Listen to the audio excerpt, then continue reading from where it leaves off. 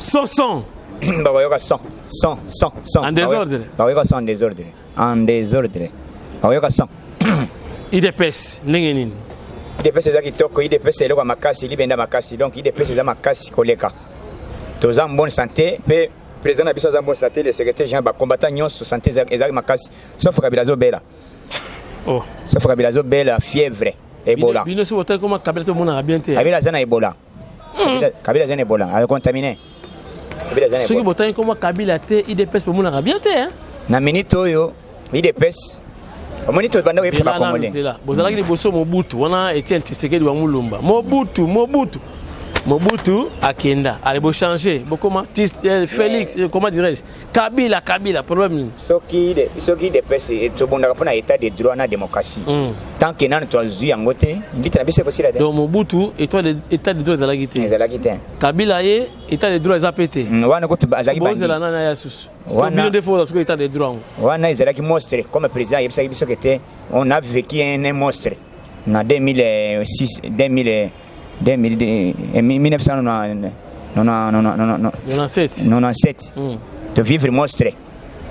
Après, tu es aux la barbarie. Au président, la barbarie.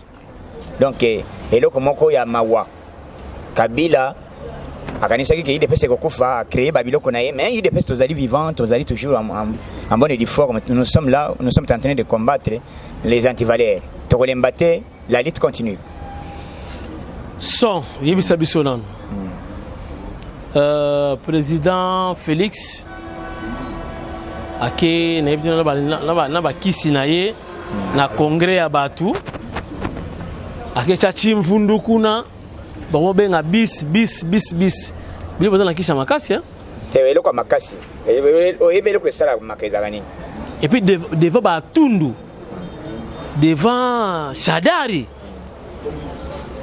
batu ba ganga Félix bis kisi na bino ya Kasai wana ela makasi hein wana ezali kambo ya mabele eli kambo ezali conscience à peuple congolais ba comprendre que était leader azagara moko ba constater que était pour le moment ce qui montre oya ko même changement à mon année déjà il y a un moment place ça zo kende za to marqué bi to cha Kabila babi en désordre place tout to zo kende babi zo kota Kabila zo constater zo comprendre que il depuis bazo changa babi bondeni à présent na présence ya ba ala tundu banang ni ba samwe faut yo kandenga batu bagangi et comme le roi MLC biso to kandenga na congrès et comme ya biso IDPS na ba tunyoso ba yo ka fatia kotia to yambaye tout le monde maboko ala tu na beti maboko ba onyoso ba beti maboko siko ala tu da stuki ayeba kiti na beti maboko na nani amona ko amoni président fachi pembe na ye oyo ki atuni bagi pembe na yeba ki bala pembe na ba beti maboko na ba shadari tout le monde bazo beta maboko tuna siko Kabila kiyo tuna bango bo beta maboko ndeni la sai image botali image leo bosali boya bino bo beta maboko mona nini yangozo ka Félix mwana mobali eza ya Nzambe donc elombe place to zo côté confusion uzo kondi na kitambo kuna batu bakecha wana kitambo na centre Nganda kota catholique musika mefacha komi boy sale ningani bato ali atunda komi pepe mene peut-être azo ata mo pepe ya président Fachi donc akomi panokata akomi kolinga koluka wasolo la peut-être ayo kata mo pepe ya président Félix président Pekara amone président zaki na chombo na azo linga a jouer jeu ya balle na kati ya nani ala tundu kuna azotal pour ça na bango ba yebite ke bazom ba yebite ke qu'est-ce qui se passe na mwana mobali oyo donc Félix Sekedi eza biloko ya moto biso olinga te c'est l'IDPS d'abord IDPS nde tozana masolo IDPS ezali toujours en mouvement bientôt tozo bengana Kabila pour to mettre Kabila au état de nuire tozi pouvoir masolo evandi ndenga masolo ko salama awa ba congolais nyonso bakoyoka son koyoka na désordre puisque Kabila akanisa ke IDPS kofi to IDPS peut-être o ezaka pas chibalo bien ba mubak mais yoka député combien de députés ba ko déposer pe Kalamba bangi mbongo a comité bozela nan te peut-être comme Kalamba zoala yolinga ko lia la zo karto la na ba député ngoi lia kalamba komite bozonga nano na oyozwa sima bongo na oyozwa sima na komana na bakombo bayebi déjà que IDPS eloko moto puisque bientôt tozokita na masolo élection ezala te donc équipe favori na Congo équipe où ezali déjà na kati ya top ezali équipe IDPS oya na Imana oya na Renaissance oya na Vita oya na Mazembe donc équipe IDPS équipe a série créé na IDPS donc équipe moko ya makasi ndenge tozaboye muntu aya na buto aya na moyi tozali ko gagner Kabila en désordre pour le moment montignon ça quand c'est que tozo salaire black tona Jean-Pierre Mbemba tona Katumbi ayebi c'est que qui est Félix Tshisekedi bayebi c'est que diplomatiquement nani aza ko remporter victoire si plan diplomatique Fachi Chilombo Tshisekedi ndezo yo kama solo zaliawa tozo kende transition sans Kabila déjà mais na koyebi c'est pourquoi beaucoup proposer ba candidature na c'est pour l'élection élection tozana élection même sikoy pour yeba déjà que bazai ko organiser bayeba kité que IDPS biso tobanga kelo kombote biso IDPS tozaki organiser ba député kuti ba komaki bonus ce que ba le bakité au lieu de 500 to pesa 1000 ezaki 1000 pe lengeza la moke pour débordement ba balinga ba bunda bikola ba ko députation donc ba te belé soko yoki ba komi ko kamba le bia IDPS ndenge nini ekomi kosala boy makambo boy kalamba ituzola tuko déposer candidature na mbongo yango oyo liste yango oyo kalamba le bité en tout cas boye président mbongo bozonga nango to yoboya sima bosi to kopesa bino adresse bokende ko futa kalamba bosi abangi ko simbalari mais mbongo to ko futa na banque ne ba pesi borderon mbongo ya bato combien ba député combien 500 quelques de personnes de députés siko tango to ko siko na national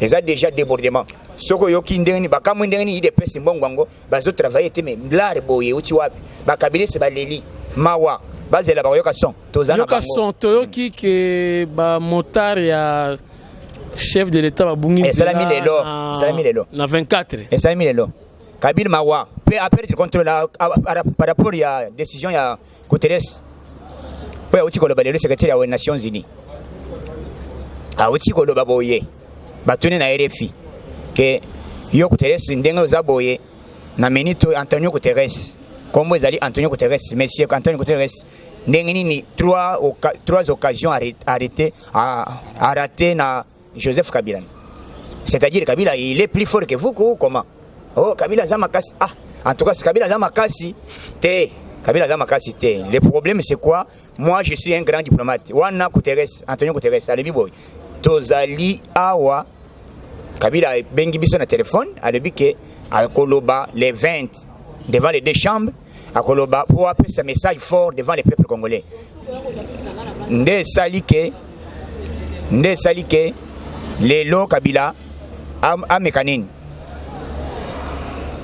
ba repose les 20 azona message wa zoloba message nini akoloba est-ce que Kabila ko postuler to ko postuler te nde question réponse so Kabila postuler to pese coup de chapeau to le bien raïs za makasi mobali ya mama Olive ndeko ya nani ya Jeannette Kabila za fort très fort raïs so Kabila postuler le mokolo wana le bi ko postuler nde to ba Kabila mais mpona ngamo na biso victoire pour ezana décision oui bimaki na réunion samedi na Belgique balobi que Washington vient d'élever l'option.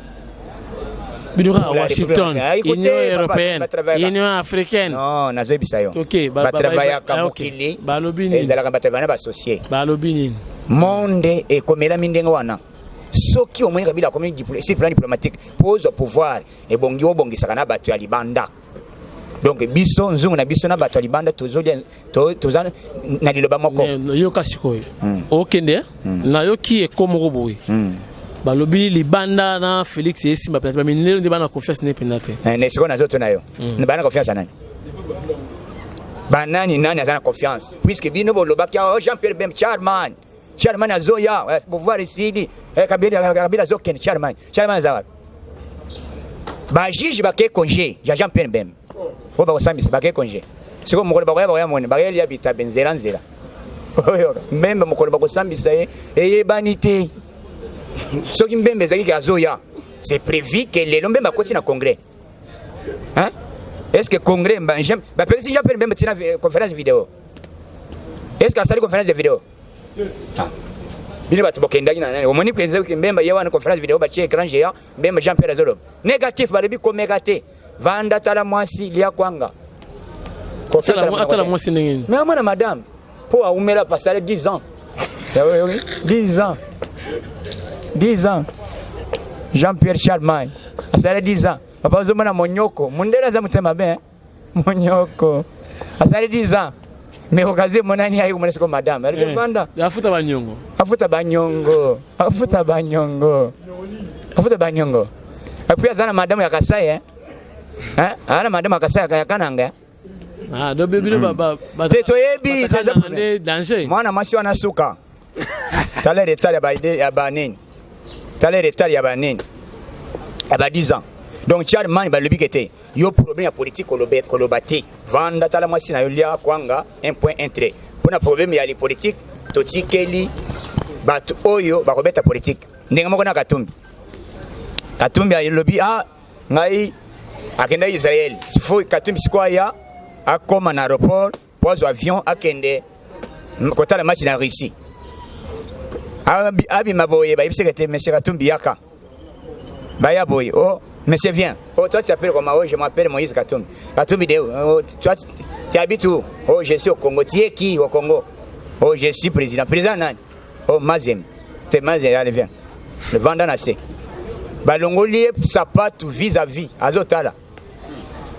ba okangie kraka balobi les passeports monsieur tu marches avec les passeports falsifiés allez aux arrêts yaka vandawan tala ba chef de l'État balibolo donc mundela a facilité biso Katumbi azali na boloko akobi matena na Belgique Katumbi azali wana jusqu'à tel point que a réalisé document Kabila pas depuis que Katumbi orozwa document Kabila aidé puis na ngonga wana depuis que Katumbi orozwa document jusqu'à tel point que Kabila koken ndenga moko na Jean-Pierre Mbemba lelo c'était prévu aya ko sala ouverture ya congrès monto afungula ngwezali Eva Bazaiba Eva yope mais Eva Bazaiba so Eva na le Eva Bazaiba so Eva comme Adam na Eva yo lisusu comme ngwana Eva Eva Bazaiba mais elle équipe bien quand même elle équipe bien congrès elle équipe bien faute na bango ba ko inviter ba topé perdre ba inviter ba kabiliste congrès ceux qui ont invité ba kabiliste cela veut dire bino na bango en connivence donc boza batumoko est-ce que biso to sali congrès même pour commencer à alimenter ayakite donc INC et non MLC égale PPRD oui PPRD allez à tout nakati ba Shadari banani tout le monde comment bako se retrouver nakati ya congrès ya MLC cela veut dire basali complot contre les Congolais bon selon yo oui mais toi tu as une chance mais Félix P après donc kanda ya ndenge wana solo na tundu te vraiment papa que les médiocres dégagent Kabila na wale tundu ba lobby Félix Tshilombo Tshisekedi akobima président ya mboka oyo soki nzambe alingi mais kokanga bakanda na ebandeli boye ko iza pasi pourquoi pas ko sola quand même na bango ata oui makamba basali biso na batapede basali binote awa babomi batumbi batu na kati yawo batumba batu na kati ya permanence bazikenda basilisa baboma combien de personnes IDPS tozaka ba victime chaque marche to salaka soki babomite bakangaka bato bazana boloko combien bato bazana na aner combien de personnes soki bakangite babomaka donc IDPS victime muto bongo bazo diriger bazonyo ko le peuple congolais Félix Sekedi pa yepa pesi mbote bato bazana confiance au peuple non tout est comme la fois dernière Kalaming était CG Namo Vasakani écoutez oui bazo kana arrivé accord Mameli champagne ensemble, mais pourquoi président Félix Basolina a tout douté pendant au moins 2 heures de temps attaque autant dans le bataille à l'intérieur. On a obtenu qu'à Mouzé na Etienne. Na lobby nani azali poison. Ala tout c'est azali poison. Pour la nini. Ko salane pembeni wana na protocole wana to regretter. Protocole ya MLC. Ou pour permettre que président Fatia vende pembeni. Vous avez dit président yoga Mkeli. Ayoka mabe. Pour ce temps, on va vendre yoga mabe. Pour ça, bimanata pour bima mais à Ganga au charisme. Pour Alantundu, ce sont des gens qui ont en tête que Joseph Kabila de se maintenir au pouvoir par force. soki bazali ko conseil Kabila il faut bayer Kabila en tout cas ndeko na ngaitika po Kabila pe ayo conseil te soko pese conseil abenga okinga kati alibia kazo koli okoti kuna fimbu na ndenga liboma afrapa ka bango en désordre yemo préfère discipline alati bagan directeur discipline oui alati bagan asali box asali na kilote abandi ko beta moko chibale ba beta na ndenga liboma chibale ndenga zawana a regretter ndenga a changer identité longo na IDPS chibala mawa babeta man désordre masolo yo beta ozalaka wana bia yo ka masolo ngo yo ka tuna Zakari ebisa tuna Zakari ebisa Zakari ndo yakini Zakari ela luba vérité le bike je regrette bato musuba ke funa ngai pa président au président bande ko beta ngai oyo président Zakari aloba sama ngamba wa tula ezama ngamba wa lobate so na éviter bon bah internet mais excusez nga bazo ka toujours c'est ka et des missions ambiance hein donc des missions liées na politique liées na organisation ya mboka mais bon votre façon de parler et ça la biso moko tout est belé à total émission yo moyen na filmer ba tout musu ba total exact mais tout ça plein tout dans l'émission en direct et alors son na lingi opesa biso position IDPS au cas où Joseph Kabila Kabange le Raïs a posé candidature naïe le 23 en tant que candidat présidentiel. Bon, candidat mingi indépendant. Cette fois-ci, je ne pense pas qu'on est indépendant. Dans la candidat comme autorité morale, il y a FCC, à mon avis. Sikoyo. Moto kopela bien malili ekota na mboka qui vivra verra mais c'est papi yo comment qu'est-ce qui va se passer likamonaze biso OK comme Kabila linga machi ameka osena muzindo awoze d'ailleurs ma parole ya lelo na tongo et pas Guterres Antonio Guterres a lobi boy ba pesi na Kabila chance dernière parole le 20 Kabila mekas. Dernière parole, à s'adresser dans la chambre basse, mais il va dire quoi? À mon avis, on va pas le bagarre. Qu'est-ce que vous attendez de plus? Et le Kassikani, il y a rigolo. Ce Kabila le a postulé. C'est Dieu merci. Pour y retrouver c'est la mission comme ça, Kabila zo qui zigzag. Kabila a s'adressé. Et moi, Joseph Kabila, je dois déposer ma candidature tel jour. À Raïs, Mombali, à Maman Olive. Allô. Après. Après. Moto volcan. Osoyora moto. Moto nini? Zela omona. Tuna sango tuna shole. Shole moto kuto alata kanzambala. Alobia zela Kabila komona. Bongo biso. Ministre ça lobby. Tozolo babo ina biso. Mwamba lobby. Masasi oya sommation et intimidation obeta likolo, batir de sommation on appelle ça. Exact, c'est ba obeta na nzoto. Nase, sommation zate. Ba obeta na nzoto tozel. Attends, c'est Trump. Qu'est-ce qu'il est venu faire dans la Belgique? Ah bon, il m'a Congo. Trump, moi, na matete. Trump a matete depuis quand? Moi, na matete. Trump a matete depuis quand? Moi, na combattant IDPS. Bino ba la rane wana. So ba mutu moko netika ba akomi ya bino. Trump a lobby boy. José Eduardo Santos, moi na njili. Siko pouvoir décider comme João Lorenzo combattant IDPS. Ko na Trump. Papa, finalement, Batunion, ce bordaka, Batunabino. Yo qui trompe à quitter à salir descente pour ça le sommet spécial. On a Ota, militaire, Ota, Sali en Katia Belgique.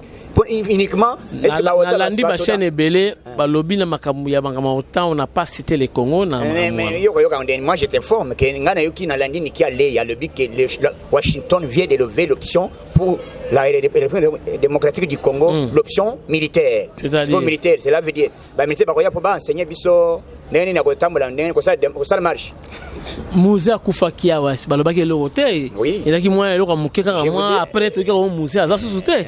Si on prend Kabila Joseph dès qu'il faut autant bakano ce baba porte-avions ya wa na Congo, c'est-à-dire quoi? Kabila ça na moi force na ya salaki. Ah bon comme la force. Mais ce que mon mondela za bayebi bazo pesa chance vendredi prochain. Vendredi prochain, les 20. Kabila, qu'est-ce qu'il va dire devant l'opinion congolaise? Qu'est-ce que l'UDPS attend de ces discours-là, du message du chef de l'État? qu'est-ce que l'UDPS attend? Biso tu reposes chance bato bezo chance bazali mais problème ya Kabila zani asa le discours ya koloba boy ngai Joseph Kabila. Voilà, OK, c'est bon. Yoka sikoyo. Ça le kola yo Joseph Kabila. C'est bon? Moussa Kabila te. Ça le kola yo Joseph Kabila maintenant on s'adresser la population selon Biden na yo. Allez-y.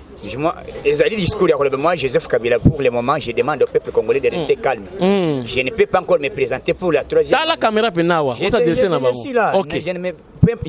ne peux pas me permettre encore de briguer un troisième mandat. Okay. Et d'ailleurs, il y aura les élections dans telle date. Après l'élection, voilà les dauphins que j'ai choisis. Sans machine à voler. Et élection sans machine à voler. Et sans les fichiers.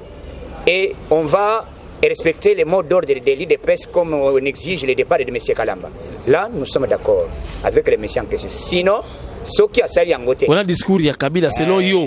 Non, c'est long. C'est long. OK. Ce qui a sali en côté. OK. Ce que ça le bindego na yesko ozana. Ce qui a le bibo, yoka discours siko yo to zela na biso na ba yaya. Voilà. Yaya na biso azana aux États-Unis. Vient na biso. Alors bibo. Bazo Zela, Bayoka discours à Kabila, qu'est-ce qu'il va dire? Alors, Baké, n'a pas briqué troisième. Si Kabila le dit n'a qu'à postuler, pour Nayoka Benga, chef coutumier, à Benga Banana Cour concessionnaire, à Ganotika mandat, Nini, candidature Nayana Seni, Sénat dans la Cour concessionnaire, va validango. Ce qui va valider qu'un mandat Kabila. Peut-être que les habitants, en tout cas, tu dis Kabila, puisque Bango va dans thèse, le lobby constitution, le Belake, les constitution, les constitution 2011, puisque 2006, les alliés des tours, oye comme na tour moko, donc Kabila sali na mandat oyo tour moko, donc tour moko etikali. Donc tour la batie na mai wo. Bagenda ko sala na lola. Na mabena ba biso wote. Puisque ma na biso ezali na biso tozali ko sala liti liboso kala ndaye seconde de ko ngai omoni liti tozali ko sala ba tozali ko constitution sala black. Maintenant chacun à comprendre que était masole vidé. Puisque signe du temps il a qui mis déjà qui était pour le moment Mundela zali tellement fâché ce que yoki Antonio ko terre c'est le na Tongo cela veut dire secret au bazali ko bomba na Kabila biloko bazali ko na Kabila et puis mina poisson alobi que to pesi Kabila chance vendredi aloba message oye ko ko pesa ye crédibilité vous doka parole na ye parole ne pesa crédibilité ya ke Kabila ko postuler pesa crédibilité wana ba ko secouer en désordre yango bazozela oui vendredi semaine prochaine Kabila a fait ce message qui était voilà. Ce que c'est l'angote zo baza pembena. Ça se peut passer passer ordre. Ça soit dans la posa ya Kokanga Beach. On doit kati sate. Watu nzinza ko solate. Koto zo wa kiti. Na likolo hélicoptère. L'américain na mabele ba combattant il défait. On a plein de guerres de pays. Mais je te donne une information non. Ce que ça va venir aux ba wana te. Papa ngane bisabo tuna zoao toko kimanga na yo ngana ko sone to ta chombo masa uzawa kinga boy indi bakati mbango tokolanda bango na sima siko na ko tuna ba mende dès lors ba ko lancer Kabila puisque to comme une étape ni communiquer ça bientôt ce qui Kabila pesika discours que a cobriquer troisième mandat directement pour ce mot d'ordre messieurs on te demande de quitter dans 48 heures comme ça y a jamais sinon tu seras humilié et ridiculisé. So ka sala ngote atuna ya jamais denga abosana ki biloko na abosana ki basuvete ya madame na yena na singa alebi bongo basuvete ya mwasi ya président fa mango papa pardon madame bilambe tikale na singa toi do bikende wa question pas